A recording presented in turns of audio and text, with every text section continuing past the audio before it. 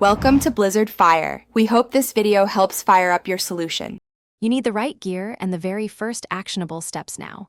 Mount your 360 camera on a level tripod, set resolution to 4K or higher, and lock exposure to avoid flicker. Once done, frame a clean horizon and run a short test clip to verify stitching will be smooth.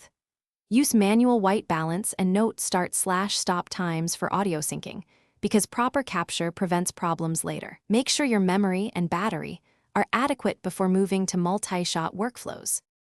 Once you have your footage, stitch multi-lens files using the vendor tool or a reliable stitcher, and inspect seams at multiple angles for ghosting.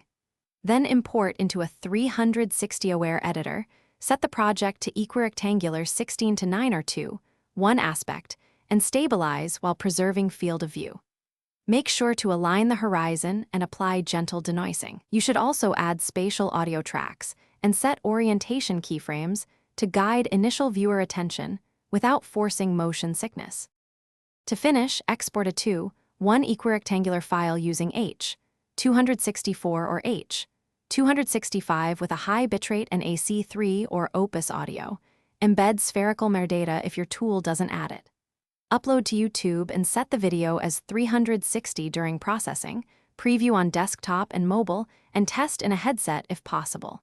If playback lacks 360 controls, rerun the metadata injection step or reconvert with a different encoder. Keep a backup of originals for restitching.